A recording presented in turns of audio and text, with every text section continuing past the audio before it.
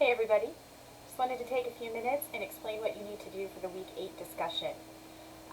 For the Week 8 discussion, we are going to look at yet another poem, um, but the questions for this discussion will be just slightly different than what they have been in the past.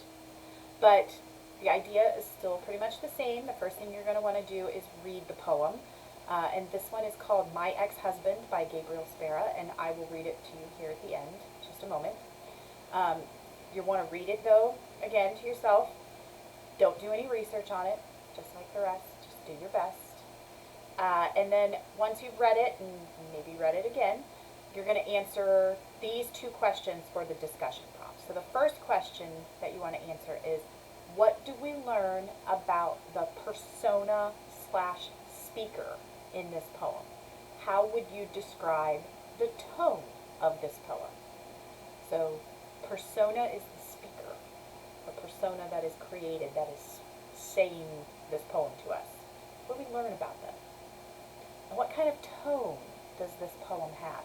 And remember, there might be moments where there are different tones, right? Part of the poem might have one kind of tone and another part may have a different tone. So if you think that, it's okay. Go with it. See where it takes you. And then, of course, question number 2 is point out the words or phrases or lines from the poem that support your answer to question 1. And you can combine them if you want. Like, here's what I think about the persona based on these lines.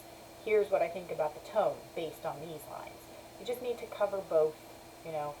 Talk about the persona, talk about the tone, and make sure you provide your lines and phrases and words from the poem to support your opinion. So remember,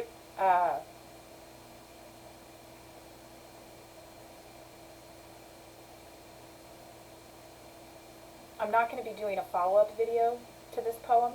Well, no, that's not true. I shouldn't say it that way. I will be providing you with a follow-up video, but it's not going to be part of the journal for next week. It will just be in the module, there for you to watch, but you won't be following up on it in the journal. So if you go through this discussion and, you know, you hear what your peers have to say as you're responding to each other, and you really want to know what's happening, there will be a video that you can go watch. But it won't have an assignment associated with it this time. Okay? Don't forget that you do need to try to have the first post up by Thursday night at 11:59, and then don't forget to respond to your classmates before the discussion closes Sunday night at 11:59. Alright? So I'm going to read the poem real quick here for you. And just so you know, if you haven't caught on yet, My Ex-Husband is a play on My Last Duchess. So this is almost like a comparison poem or a companion poem. This one was written in 1992, though, so it's much more recent. But we'll see how they take the formula of My Last Duchess and alter it to fit their needs.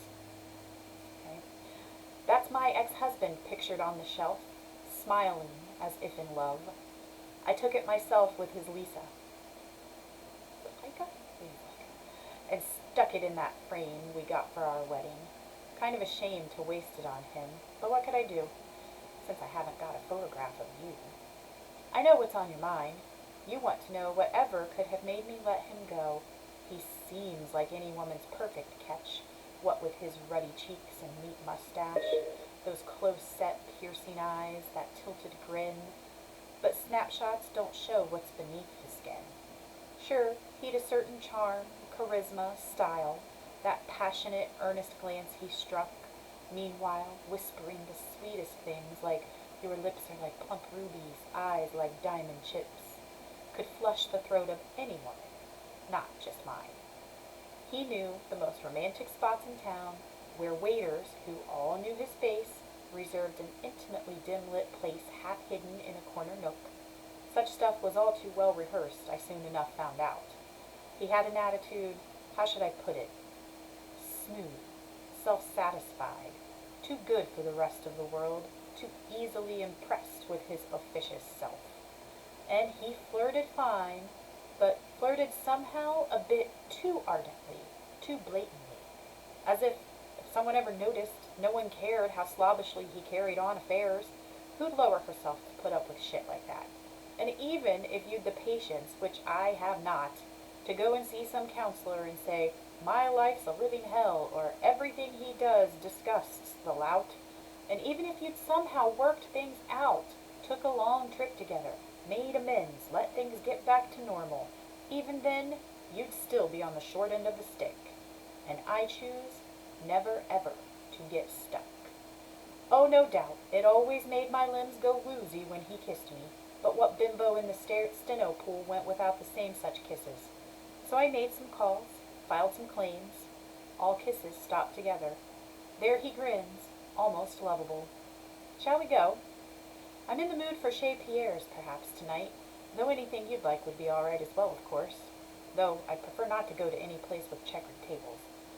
No, we'll take my car. By the way, have I shown you yet those lovely champagne flutes, hand-blown, imported from Murano, Italy, which Klaus got in the settlement for me? Anyway, so that is my ex-husband. Think about persona and tone, and just do your best with the discussion. Can't wait to see what you guys have to say about it. If you have any questions or run into technical difficulties, let me know.